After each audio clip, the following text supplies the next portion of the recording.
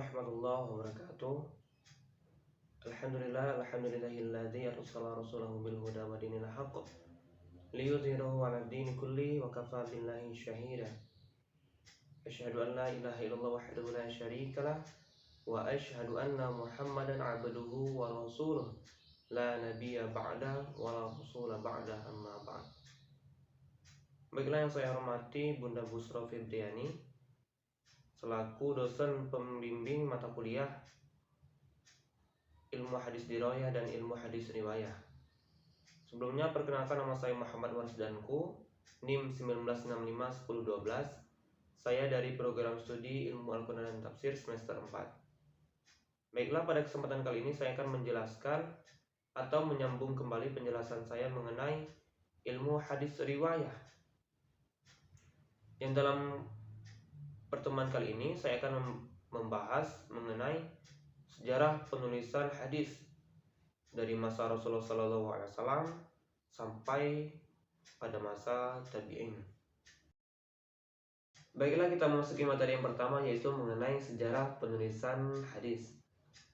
Pada masa awal Islam, Rasulullah SAW melarang para sahabat untuk menuliskan hadis ataupun sabda-sabda dari beliau. Jadi pada masa tersebut Rasulullah SAW memfokuskan para sahabat untuk menuliskan wahyu, yaitu Al-Quran. Dalam sebuah hadis yang diriwayatkan oleh Abu Sa'id Al-Khudri, Rasulullah SAW bersabda, "La taktubu anni, wa man kataba anni ghairal Qur'an falyamhu."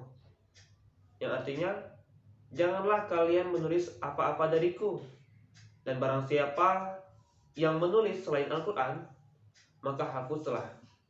Jadi berdasarkan hadis tersebut, Rasulullah SAW benar-benar melarang para sahabat untuk menulis selain dari Al-Quran. Dan bagi para sahabat yang telah menuliskan sabdanya, untuk segera dihapus. Kemudian, dalam hadis yang kedua, Rasulullah SAW mengatakan bahwasanya tulislah apa yang keluar dari mulutku, karena sesungguhnya yang keluar dari mulutku adalah tidak lain kecuali yang baik.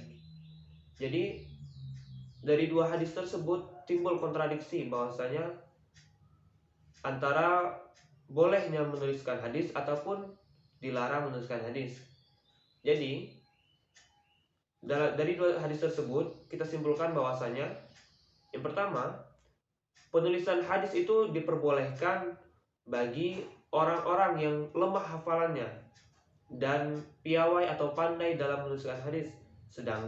Sedangkan orang-orang yang dilarang untuk menuliskan hadis adalah orang-orang yang kuat hafalannya dan tidak pandai dalam menuliskan hadis.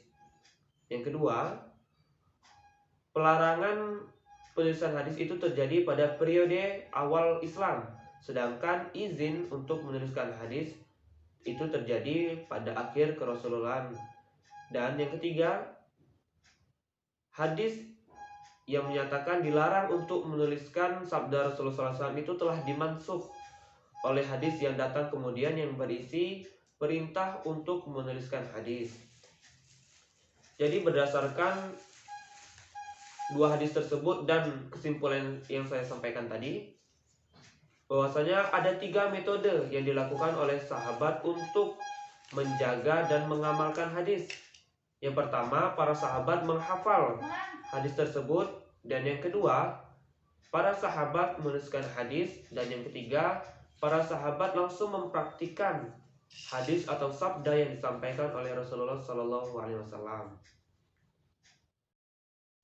Baiklah, kita masuki materi yang kedua, yaitu mengenai penulisan hadis pada masa sahabat. Jadi pada masa sahabat ini, periwayatan hadis terbagi menjadi 3 hal. Yang pertama yaitu taklil. Taklil adalah pembatasan riwayat. Jadi pada masa Abu Bakar As-Siddiq terjadilah yang namanya taklil. Pada masa tersebut Abu Bakar As-Siddiq sangat berhati-hati dalam meriwayatkan hadis, karena pada masa itu yang pertama, Khalifah Abu Bakar As-Siddiq terlalu sibuk terhadap urusan kekhalifahan, dikarenakan banyaknya orang-orang yang murtad dari Islam ketika wafatnya Rasulullah SAW. Yang kedua, pada masa Abu Bakar As-Siddiq, kebutuhan akan hadis itu masih sedikit, tidak seperti kebutuhan akan hadis pada masa sesudahnya. Dan yang ketiga, jangkau atau kelang waktu wafatnya Abu Bakar As-Siddiq dengan Rasulullah adalah sangat singkat, yang menjadikan periwayatan hadis pun menjadi lebih sedikit. Dan yang kedua, periwayatan hadis terjadi yang namanya tasabut. Tasabut adalah periwayatan hadis dengan adanya saksi. Ini terjadi pada masa Umar bin Khattab. Jadi pada masa itu, bagi para sahabat yang lainnya yang ingin meriwayatkan sebuah hadis, hendaklah mereka mendatangkan saksi, seperti yang terjadi oleh Abu Musa Al-Asy'ari. Ketika itu Abu Musa Al-Asy'ari datang menjumpai Umar bin Khattab. Ketika sampai di depan rumah Umar bin Khattab, Abu Musa mengucapkan salam sebanyak 3 kali. Karena tidak mendengar jawaban dari Umar bin Khattab, Abu Musa berniat hendak pulang kembali. Akan tetapi kemudian dipanggil oleh Umar bin Khattab, "Wahai Abu Musa, apa gerangan yang membuatmu tidak masuk ke rumahku?" Kemudian Abu Musa menjawab, "Rasulullah SAW pernah bersabda, barang siapa di antara kalian yang mengucapkan sebanyak 3 kali dan tidak mendengar jawaban, maka kembalilah." Mendengar jawaban dari Abu Musa tersebut, Umar bin Khattab meminta kepada Abu Musa untuk mendatangkan saksi atas periwayatannya. Kemudian Abu Musa pulang dan bertemu dengan Abu Sa'id dan menceritakan apa yang terjadi. Kemudian Abu Sa'id memerintahkan salah seorang untuk datang bersama Abu Musa menjumpai Umar bin Khattab yang menjadi saksi atas periwayatan yang disampaikan oleh Abu Musa Al-Asy'ari. Yang ketiga, pada masa periwayatan tersebut terjadi yang namanya man'ul riwayah, atau mencegah beredarnya hadis yang dapat membuat masyarakat salah pengertian. Ini terjadi pada masa Khalifah Ali bin Abi Thalib. Karena pada masa Khalifah Ali bin Abi Thalib mulai beredar atau mulai munculnya hadis-hadis palsu. Hal itu terjadi berawal dari kaum Syiah yang memunculkan hadis-hadis palsu untuk kebutuhan-kebutuhan yang tidak baik. Jadi untuk mencegah hal itu terjadi, dibuatlah keputusan bahwasanya pengurangan periwayatan hadis agar para masyarakat yang ada di kota tersebut tidak salah pengertian dengan timbulnya hadis-hadis palsu. Baiklah, kita memasuki ke materi yang selanjutnya, yaitu periwayatan hadis pada masa tabi'in. Jadi pada masa tabi'in ini, periwayatan hadis sama dengan pada masa sahabat. Para tabi'in sangat berhati-hati dalam meriwayatkan ataupun menuliskan hadis. Tetapi bedanya pada masa tabi'in ini, beban yang ditanggung oleh mereka tidak seberat beban yang ditanggung oleh para sahabat. Karena pada masa tabi'in ini Al-Quran sudah dalam bentuk mushaf, sehingga para tabi'in tidak sulit lagi atau tidak dikhawatirkan akan terjadinya percampuran antara ilmu hadis dan Al-Quran. Kemudian hadis yang datang kepada para tabi'in ini sudah dalam bentuk tulisan, sudah dalam bentuk mushaf, dan juga dalam bentuk hafalan.